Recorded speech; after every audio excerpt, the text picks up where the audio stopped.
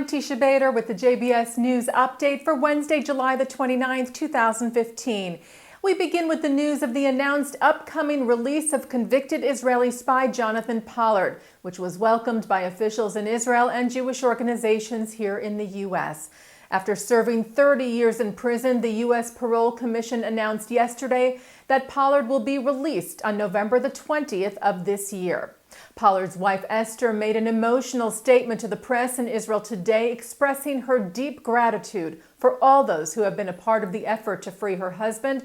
She said what they will need most of all when Pollard is free is some peace and quiet and privacy and the chance to rebuild their lives. I'm counting the days, the hours, the minutes, the seconds, until I can take him into my arms and we can close the door on the past behind us and begin to heal and to rebuild our lives. It's particularly at moments like this that I feel the strong desire to thank so many people who have been with us down this long, dark road. Israeli Prime Minister Benjamin Netanyahu spoke with Esther Pollard after the announcement from the Parole Commission.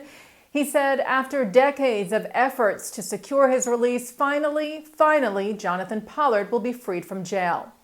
Former Israeli President Shimon Peres called Pollard's release important and necessary from both a moral and humanitarian standpoint. And here in the U.S., the Conference of Presidents of major American Jewish organizations said, "We have long sought this decision and we believe this action is long overdue, with Pollard serving a longer sentence than anyone charged with a comparable crime."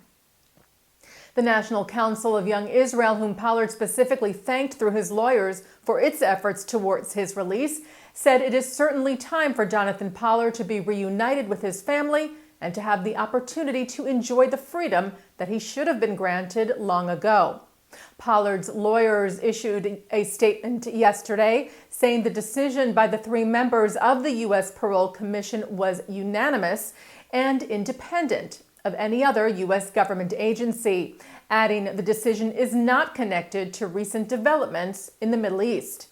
If you recall, a Wall Street Journal report Friday had linked a possible Pollard release to the nuclear deal with Iran, suggesting that the release was some sort of compensation to Israel over the deal. Pollard made a statement through his lawyers saying that he was looking forward to being reunited with his wife and thanking his supporters. He said, "I would like to thank the many thousands of well-wishers in the United States, in Israel, and throughout the world who provided grassroots support by attending rallies, sending letters, making phone calls to elected officials, and saying prayers for my welfare." Under the parole ruling, Pollard must remain in the United States for 5 years. However, U.S. President Barack Obama has the authority to commute that to time served and allow him to move to Israel sooner, something Pollard's lawyers are urging the president to do.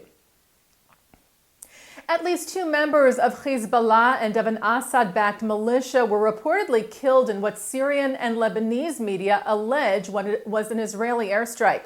The strike took place in the Syrian side of the Golan Heights today. The IDF does not comment on such reports.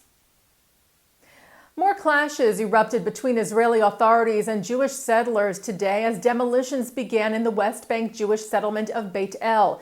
24 housing units that Israel's high court deemed were built illegally were taken down. Some protesters threw rocks at police. Several demonstrators were said to have been lightly injured in the clashes, and there were several arrests made.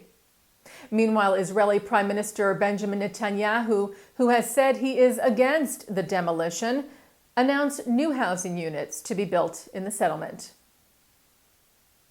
5 members of a Jewish extremist group have been arrested for their alleged involvement in the arson attack last month on the historic Church of Loaves and Fishes along the Sea of Galilee in northern Israel. Israel's security agency, the Shin Bet, announced the arrest today. 2 of the men were indicted, and administrative steps were said to have been taken against the other 3 suspects. The Shin Bet said they, together with the Israel police, quote, view with utmost gravity any intent or action to attack religious sites in the State of Israel and will work together in order to foil the activity. Ruins of the Great Synagogue of Vilnius have been discovered. The synagogue was destroyed by the Nazis in the Lithuanian capital 70 years ago. The massive structure, which was built in the 17th century, was known as the beating heart of Lithuanian Judaism.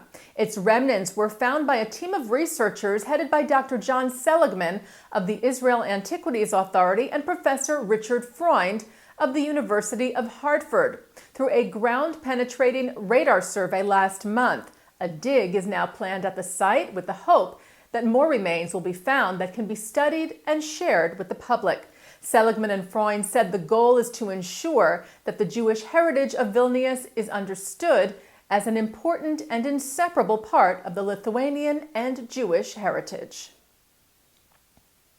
And taking a look at our programming for tonight, at 7 o'clock we begin an encore presentation of JBS's live coverage from yesterday's opening ceremonies of the Maccabi Games in Berlin. And right after this newscast tonight, Thinking Out Loud with Micah Halpern. And that's the JBS News Update for Wednesday, July the 29th, 2015. I'm Teisha Bader.